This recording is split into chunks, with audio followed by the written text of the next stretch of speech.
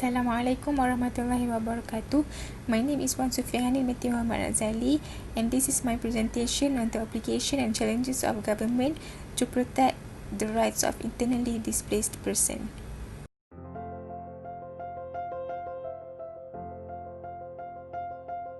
For the introduction, the internally displaced person is people forced to flee from his or her home but not cross the nation border. Unlike refugees, they are on the run at their own home country. Internally displaced persons stay within their own country and remain under the protection of its government.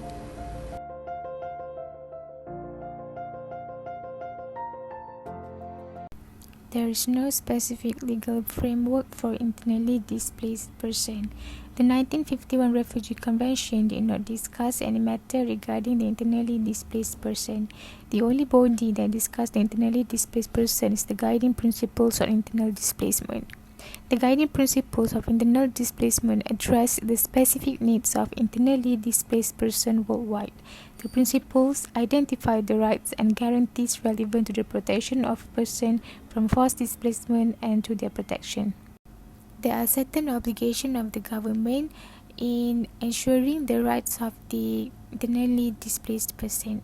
According to the Principle 1, the IDP shall enjoy the same rights and freedom under international and domestic law equally and fairly among others in the country, which means that the state have to play roles in treat both of the locals and the internally displaced person fairly and equally.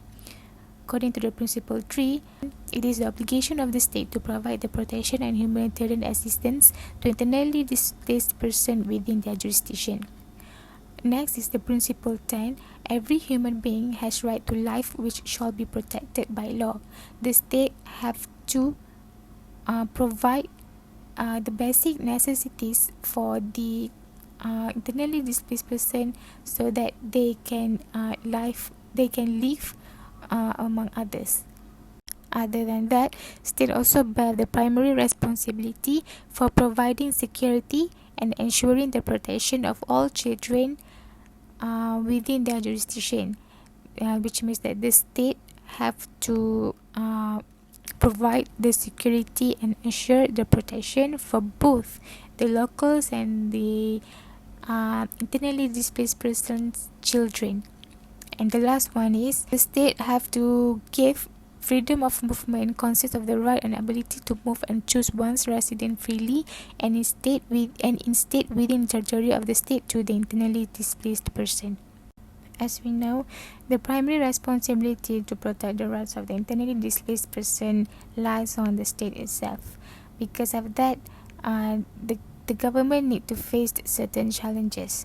First of all, the arrival of a large number of internally displaced persons will shock and cause problems to the government, especially to the countries that was less developing.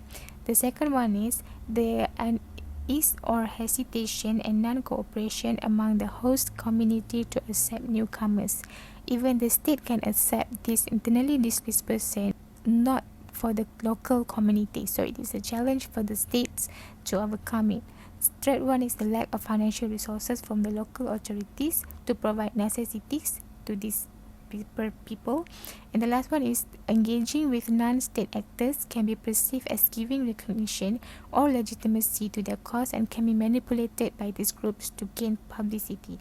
Over-reliance on the outsiders and the non-governmental actor can cause them to manipulate things to gain publicity. So for the conclusion, preventing displacement is the most important step that a government can take in exercising its responsibility to protect the internally displaced person.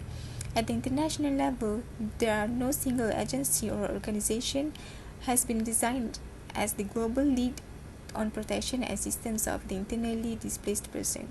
So the government has full responsibility on it. The government need to open them with big heart and look at the positive side in accepting these people, such as the economic of the country will be grow and expanded more due to the contribution of the both local and the internationally displaced person working in the country.